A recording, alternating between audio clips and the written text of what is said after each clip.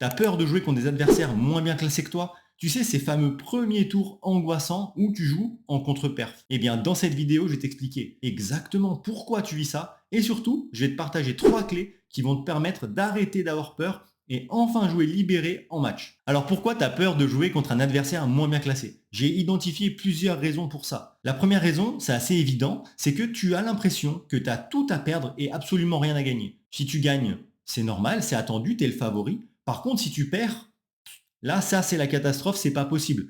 Tu te dis que tu n'as pas le droit de perdre. Et cette différence d'enjeu, cette différence de perception, elle te crée une pression tellement énorme que quand tu arrives sur le court, quand tu arrives dans ce match-là contre un joueur moins bien classé, tu es paralysé complètement. Du coup, dans ces matchs-là, tu joues plus pour pas perdre que pour gagner. Du coup, au lieu d'imposer ton tennis et jouer de manière agressive sur le court, eh bien, c'est là où tu vas jouer de manière plus passive, tu vas jouer petit bras comme on dit, et tu vas pas imposer ton jeu et au contraire, tu vas t'adapter au jeu de l'adversaire, souvent en jouant au centre sans vraiment d'intensité. La deuxième raison à ça, c'est que tu te fixes les mauvais objectifs. Généralement, quand tu vas en match, de manière générale et pas seulement contre des adversaires moins bien classés, ce que tu veux, c'est gagner. Voilà, ton objectif principal, c'est gagner. Mais j'ai une mauvaise nouvelle pour toi, c'est que gagner, c'est un objectif de résultat. Et cet objectif-là, eh bien, il dépend de toi seulement à 30% environ. Je te ferai une vidéo complète sur les objectifs qui va bientôt sortir sur la chaîne, donc une raison de plus pour t'abonner si tu veux pas louper ça. La troisième raison, c'est la peur du regard des autres. Parce que, comme on l'a dit, si tu gagnes ce match-là, c'est normal, il n'y a personne qui va dire bravo, mec, t'as tout donné, t'as bien joué, t'as été trop fort, t'as mérité ta victoire. Personne va te dire ça en général. Alors que si tu perds, ils vont te dire ah quand même, t'étais en contre-perf là, tu jouais contre un mec moins bien classé, t'aurais dû gagner. Et justement, pour pas décevoir tes potes, ton entraîneur, les gars avec qui tu t'entraînes, ta famille, peu importe les gens qui viennent te voir, eh bien, tu vas vouloir gagner. Et donc, on en revient à la raison numéro 2, tu vas encore plus vouloir gagner et ça va encore plus augmenter la pression parce que tu auras l'impression que tu auras vraiment absolument rien à gagner. Raison numéro 1, tu vois, tout est en cascade, tout se chevauche. Et donc cette peur du regard des autres, elle va faire que amplifier la pression que tu vas mettre sur toi et du coup, forcément, tu vas pas bien jouer ton match. Et enfin, la quatrième raison pour moi, c'est la peur de ton propre regard sur toi-même. Comme on l'a dit, tu es censé gagner ce match. Donc, si tu perds ce match contre un joueur moins bien classé que toi, qu'est-ce que ça veut dire de ton propre niveau? Qu'est-ce que ça veut dire de ta propre valeur en tant que joueur de tennis, en tant que personne même? Eh bien, en général, tu vas remettre tout ça en question si tu perds contre un joueur moins bien classé. Et cette raison-là, c'est peut-être la peur la plus profonde parce que c'est celle qui te fait douter de toi-même. Pour moi, ça, c'est les 4 raisons qui font que tu as peur de jouer contre un adversaire moins bien classé. Les joueurs que j'accompagne, généralement, ils vivent au moins 3 de ces 4 peurs. J'ai envie de savoir, toi, c'est quoi la peur que tu ressens par rapport à celle qu'on a vue ensemble? Dis-moi en commentaire, je suis vraiment curieux de savoir ça. Viens partager avec nous. Si tu veux soutenir ta progression mentale au tennis et aussi soutenir mon travail, eh bien abonne-toi à cette chaîne parce que chaque semaine, je partage une vidéo où je te donne des conseils pour progresser au tennis grâce à ton mental. Maintenant que tu comprends d'où vient cette peur, eh bien voici 3 clés qui vont te permettre de changer ton regard sur ces matchs-là, sur ces fameux premiers tours pièges où tu joues contre un mec moins bien classé. La clé numéro 1, définir les bons objectifs pour ton match. Le vrai problème de fond, c'est que la plupart des joueurs arrivent en match sans objectif clair et précis. Juste, je veux gagner. Et dans des matchs contre des mecs moins bien classés, c'est je veux absolument gagner et même j'ai pas le droit de perdre. Et c'est ça qui crée une pression énorme parce que comme je te le disais juste avant, gagner, vouloir gagner, c'est un objectif de résultat. Et un objectif de résultat, tu le contrôles seulement à 30% parce que ça ne dépend pas que de toi. Ça dépend de ton adversaire, des conditions de jeu, de ta forme, de énormément de paramètres qui ne dépendent pas de toi. Et la solution à ça, c'est se fixer des objectifs de processus et de performance. Comme par exemple, sur ce match, je vais travailler mon service volé. Je reste agressif sur ma deuxième balle. Au retour, je joue long et croisé.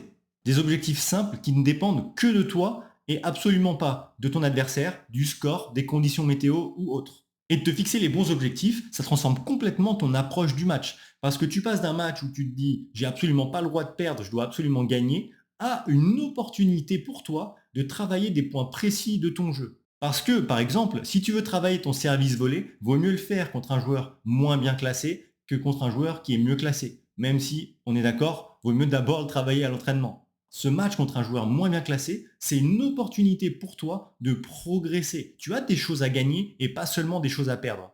Et ces objectifs de processus et de performance viennent nourrir ta routine mentale d'avant-match. Tu viens en match avec une idée précise de ce que tu veux faire sur le terrain et du coup, tu n'es plus là à subir le jeu de l'adversaire et à subir ton match tout simplement. Et puis en bonus, comme c'est ton premier match de tournoi, ça te permet aussi de prendre tes marques au club, de prendre tes marques sur le court, d'avoir des repères pour la suite du tournoi. La clé numéro 1, c'est ce qui dépendait de toi. Maintenant, pour la clé numéro 2, je te propose de changer de regard et de voir ça d'un point de vue de ton adversaire. La clé numéro 2, changer de point de vue et te mettre à la place de ton adversaire. Lui, il va jouer contre un joueur qui est mieux classé, il va jouer en perf. Il peut aller chercher une performance, un exploit. Il est surmotivé, il n'a rien à perdre et il veut aller chercher ce match. Et c'est exactement ce que tu ressens quand tu vas jouer contre un joueur qui est mieux classé que toi. Cette motivation, cette libération, ce challenge d'aller chercher la perf. Ton adversaire, sur ce match, lui, il vit ça.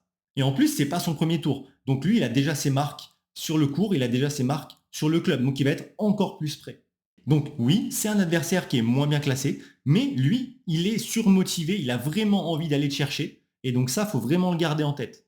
Et c'est extrêmement important d'avoir ça en tête quand tu joues contre un joueur moins bien classé, parce que tu es obligé d'augmenter ton niveau de présence, ton niveau de vigilance sur ce match, parce que sinon tu te fais surprendre. Et donc, c'est important d'avoir ça en tête. La clé numéro 3, c'est le rapport au classement. Pour moi, le classement, c'est un poison. Pourquoi ? Parce que ça peut soit te libérer, soit complètement te paralyser. Et là, en l'occurrence, contre un joueur moins bien classé, ça a souvent tendance à te paralyser.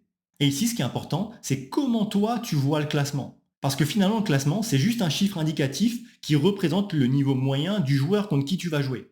Et la réalité, c'est que ton niveau, il varie d'un jour à l'autre. Tu l'as déjà vécu, ça. Certains jours, tu vas jouer un ou deux classements au-dessus. D'autres jours, tu vas jouer un ou deux classements en dessous. Bref, le classement, comme je te le disais, c'est juste une moyenne entre ton niveau le plus haut et ton niveau le plus bas.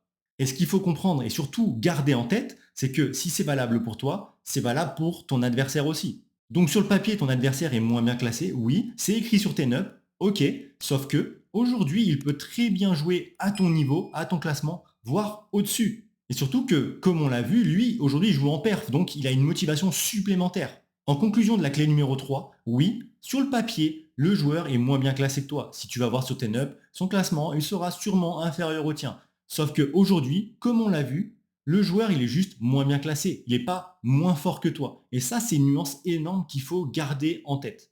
Donc, au lieu de le sous-estimer, qui est le piège classique, sois encore plus vigilant et concentré sur ce match parce que lui, il va être prêt, lui, il va être surmotivé pour ce match-là. Maintenant qu'on a vu les 3 clés qui vont mieux te permettre d'aborder les matchs contre des joueurs moins bien classés, j'ai envie de te partager quelque chose qui va t'aider encore plus. J'ai créé pour toi un test qui va te permettre d'évaluer ton niveau mental au tennis. Ce test est simple, tu réponds à des questions et ça va te donner des pistes de travail pour améliorer ton niveau mental en match, mais pas seulement. Tu trouveras le lien de ce test en description.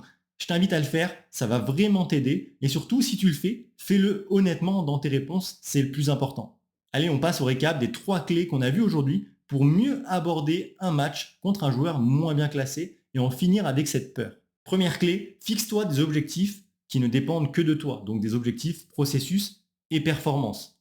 Clé numéro 2, mets-toi dans la peau de ton adversaire. Lui, il joue en perf, il va être surmotivé, il va jouer libéré et il va vouloir venir te chercher. Donc tu dois être encore plus concentré et vigilant sur ce match-là.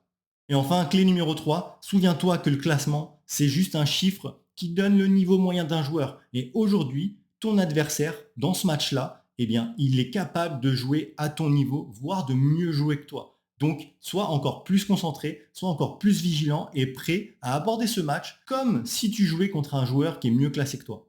Comme on l'a vu, cette peur, elle vient surtout de l'enjeu que tu te mets toi-même. Le fait que tu te dises que tu es absolument tout à perdre et rien à gagner sur ce match. Maintenant, tu sais que c'est pas le cas et que si tu te fixes les bons objectifs, si tu abordes ce match de la bonne manière, tu verras que indépendamment du score, toi aussi, sur ce match-là, sur des matchs contre des joueurs moins bien classés, tu as des choses à gagner. Tu ne joues plus pour ne pas perdre, tu joues pour progresser. Voilà, c'est tout pour cette vidéo. Je te souhaite le meilleur pour tes matchs. Quant à moi, je te dis à la prochaine. Je te dis prends soin de toi et de ta tête surtout, c'est très important. C'était Steph. Ciao.